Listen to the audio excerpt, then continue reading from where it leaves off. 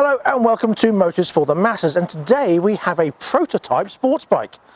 This bike has only been round Cadwell Park and then has been sent here for review. A UK first review, I might add. So let's roll the intro and get cracking.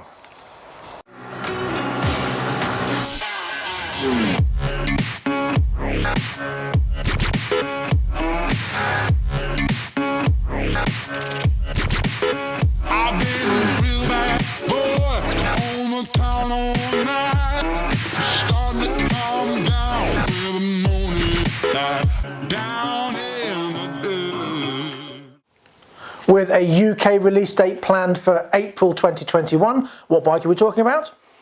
Yes, it is the CF Moto 300SR.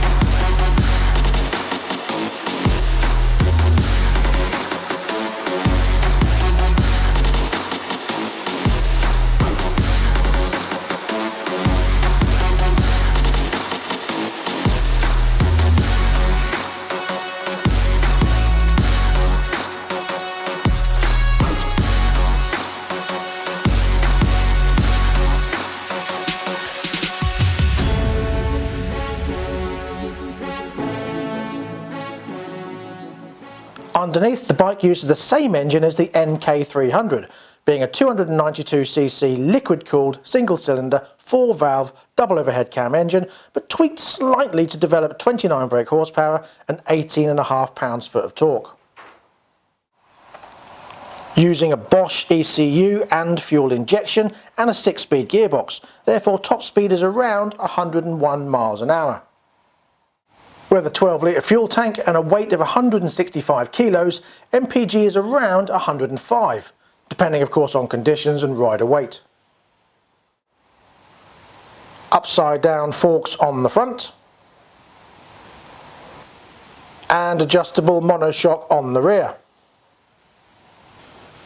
You get a 290mm front disc with a radial caliper and dual channel ABS, and a 220mm disc on the rear.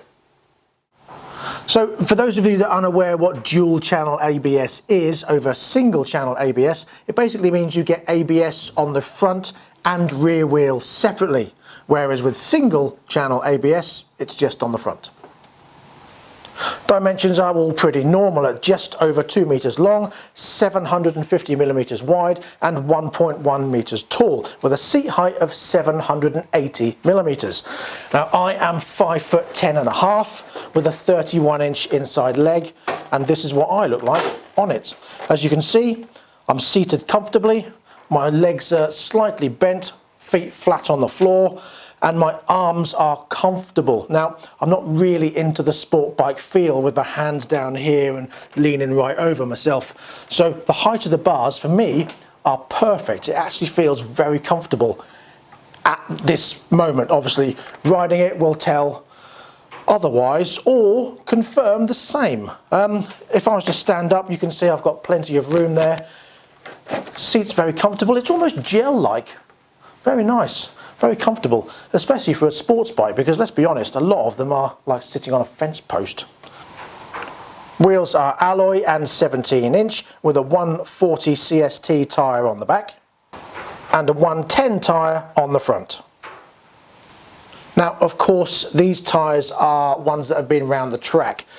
I think they're going to keep the CST tyres for the UK road bike as well. They may be subject to change, but CST seems to be par for the course these days. It will be coming with two available colours. You've got this, which is the black with a little bit of carbon with the white frame and the silvery yellowy bits. Or you've got the blue version, which I actually prefer, and I shall show a picture of that here. And the price is expected to be £3,899 on the road with its 2-year parts and labour warranty. So before we discuss the looks of this bike, let's get it out on the road and see what it rides like.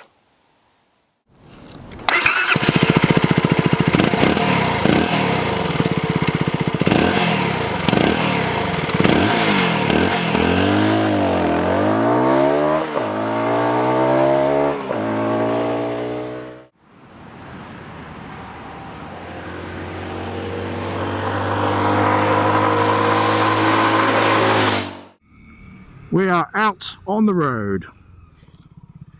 Initial thoughts, it feels smaller than I thought.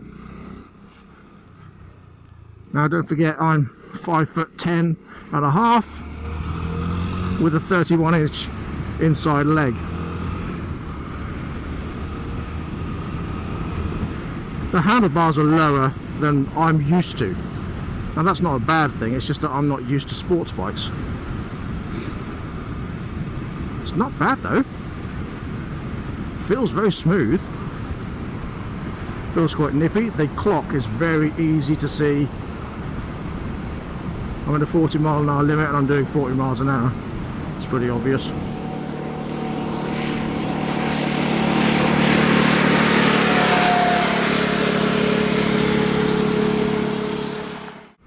If I click the mode button here, what do I get? I get a different dash, that's it.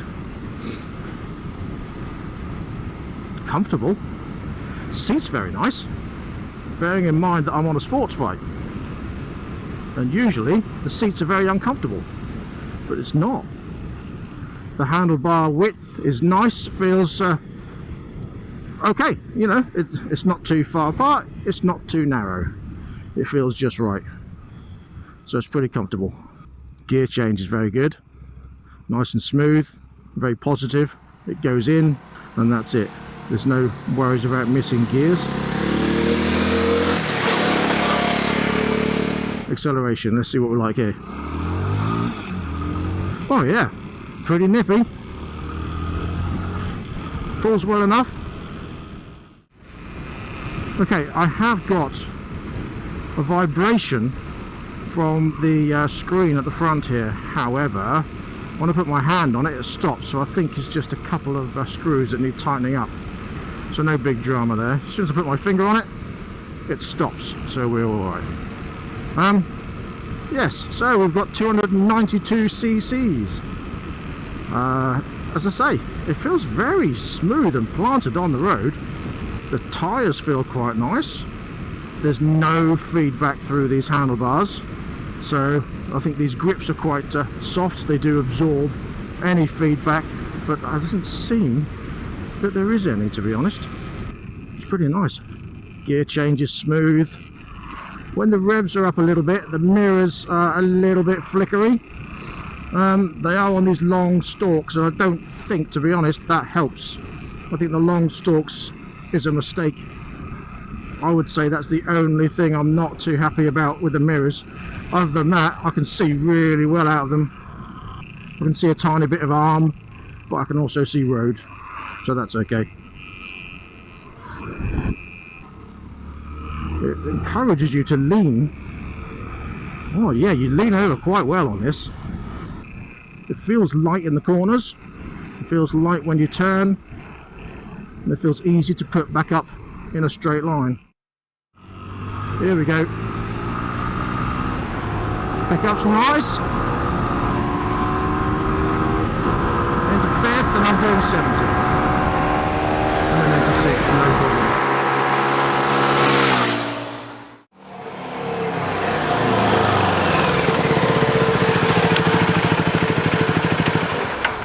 Right.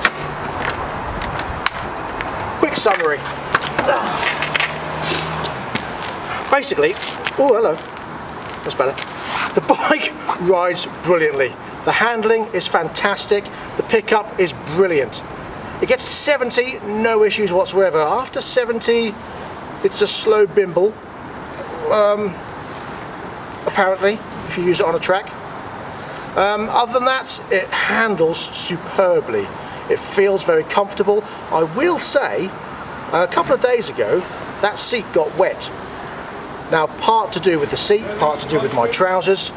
I've got wet legs where I've been sitting on it all morning. It retains water. That's not a good thing. And I blame this bit here. Unless I peed myself. I'll find out later. Other than that, it's a very impressive ride and a very impressive feel. And I don't really have any complaints, apart from that little vibe from the front end, but as you saw, we've now fixed that because there was a screw missing. No dramas. Other than that, as I say, the handling's fantastic, the ride is fantastic, the gear change is great, the speed, brilliant, up to the speed limit. After that, if you use it on a private track, it's a slow walk. Looks wise, I think is extremely creative and very tastefully designed. From the front, you've got these daytime running lights that run around the side, really nice indeed. And I love these cutouts, these airflow cutouts, really cool. Love the look of the front of that. From the side, this sleek design continues. I love how it flows here, around here, up to the back end. And we'll get onto that in a minute. The fairing, nicely designed. It doesn't feel cheap and flimsy. I mean, fairings are flexible anyway, but it doesn't feel cheap and flimsy. It doesn't feel like it's going to break off at any time soon. You do get a steel trellis frame and a steel swing arm, but a lot of the bigger bikes have those as well. It would have been nice perhaps to have an alloy swing arm, but who knows? I mean, it still only weighs 165 kilos, so it's not as if it's uber heavy. Everything else is quite substantial. I love this. It's a nice chunky bracket. It doesn't feel cheap and flimsy. The foot pedal is a foot pedal. There's nothing fancy to it. It's just there, but it works and it's the right size. What else can you say? Again, these rear foot pegs are nice and chunky, and I don't know whether I would be comfortable on here because I've got a slightly larger than that bottom. Other than that, I'm sure it's lovely for any small-assed person. Jamie, over to you. Sorry. And finally onto this back end. Now this is very Ducati Panigale V2 with these slots here for aerodynamics. I think it looks fantastic. It's a lovely sporty back light. If I turn the ignition on here, you can see nice and bright LED, like a little ring around there. Very nice indeed. With the brake on, very bright, very nice indeed.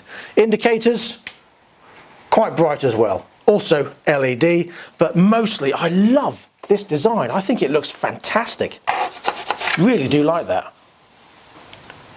So for those of you complaining about lack of storage, it's a perfect mobile phone holder. There we go. As long as you have the Google Pixel 5 5G phone. If you don't, it doesn't work. The dash is LCD and very reminiscent of a lot of bikes now. The Sinis Terrain T380 has an LCD dash, so does the new Zontis T310, as does the FB Mondial. This one has two different modes, very easy to move as well. You've got a button on your switchgear here.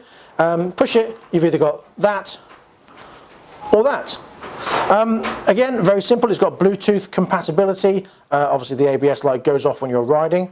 And then you just select here for various modes. You've got your miles here, and you can adjust everything on this side here. Very simple, very easy to use, nice and clear.